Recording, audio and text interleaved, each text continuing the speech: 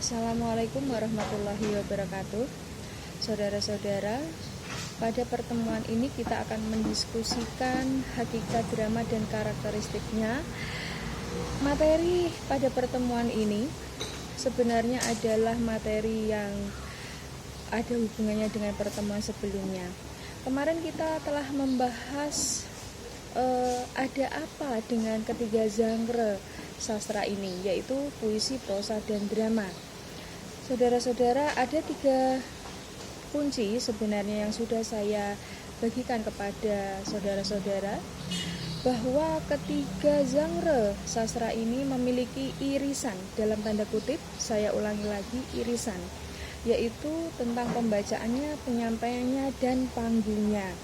Ketiga genre sastra ini, saudara-saudara, ketika dibacakan pasti membutuhkan nada, intonasi, enjambement yang pas. Pada puisi misalnya, memiliki karakteristik pemadatan. Ketika membacakan puisi atau mementaskan puisi dalam tanda kutip di atas panggung, dibutuhkan ketepatan, kesesuaian, enjambement, nada, intonasi, rima, ritma yang akan disampaikan dengan suara yang pas, gestur, air muka yang sesuai dengan teks. Begitu juga dengan naskah drama.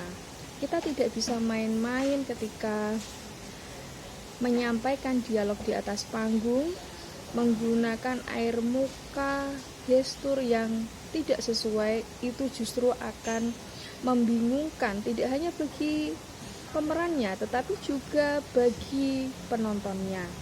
Dan ketidaksesuaian tersebut menjadikan pementasan drama tidak bisa dipahami atau diterima oleh para penontonnya. Dengan demikian, pementasan drama juga tidak akan memiliki kesan selain kesan bahwa drama tersebut disampaikan dengan tidak baik.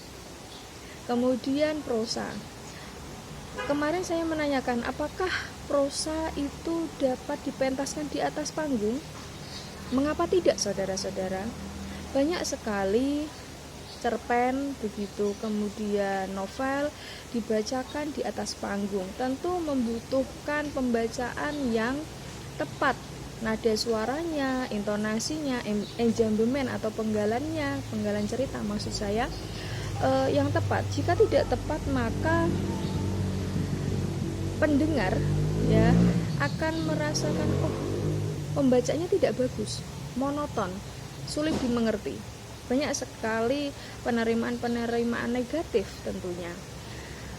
Prosa, saudara-saudara, dapat dibacakan atau dipentaskan dalam tanda kutip ketika bedah buku, bedah novel, peluncuran novel, peluncuran novelet, peluncuran cerpen, begitu.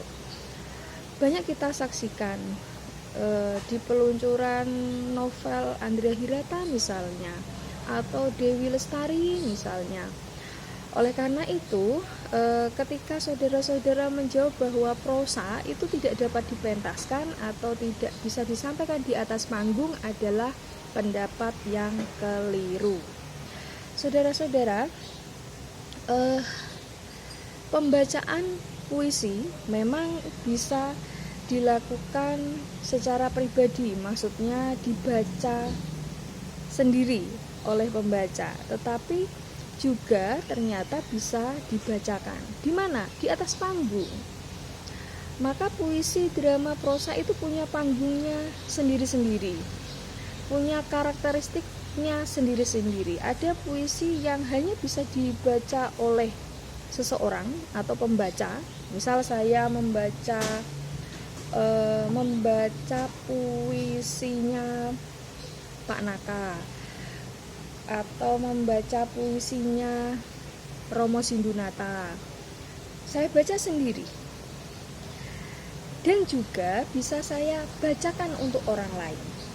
ketika saya membacakan puisi ini untuk orang lain, maka saya harus menghayati betul-betul sehingga saya akan tepat memilih enjambemen atau penggalan kata, suku katanya.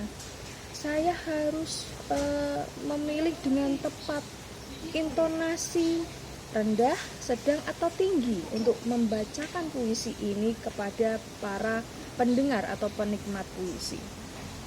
Dan saya juga harus membacakannya di atas panggung. Oleh karena itu, puisi ini bisa disebut sebagai pementasan, tetapi tidak seperti pementasan dalam tanda kutip drama ataupun prosa, begitu. Apalagi kok memang drama yang memiliki karakteristik pementasan.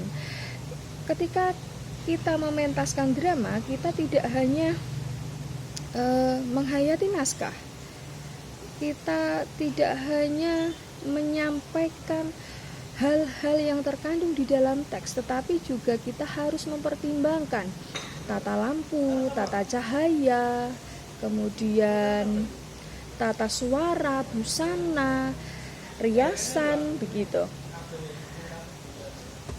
Hal-hal yang ada di luar teks, tetapi ketika kita hanya mementaskan teks yang ada di dalam puisi, prosa di dalam puisi, kita tidak mempertimbangkan hal-hal di luar teks seperti ketika kita mempertimbangkan pementasan drama, begitu. Karena kita lihat saja tata lampu misalnya, ada teknik khusus yang membedakan bahwa lampu yang awalnya itu gelap, cahaya yang gelap, kemudian perlahan menjadi redup ke terang banget, bahkan ada cahaya yang dimainkan flip-flopnya, itu menunjukkan perbedaan setting waktu. Tetapi dalam puisi, dalam prosa yang dibacakan di atas panggung, kita tidak usah mempertimbangkan hal itu, begitu. Baik saudara-saudara, ada beberapa hal yang ingin saya sampaikan, tetapi tidak saya sampaikan ketika pada paparan sekarang ini, tetapi mari kita diskusikan melalui kolom komentar. Tentu saja seperti biasanya, sebutkan nama, kemudian Anda bisa mengajukan pertanyaan atau juga memberikan komentar terhadap paparan yang telah saya sampaikan. Demikian saudara-saudara, wassalamualaikum warahmatullahi wabarakatuh.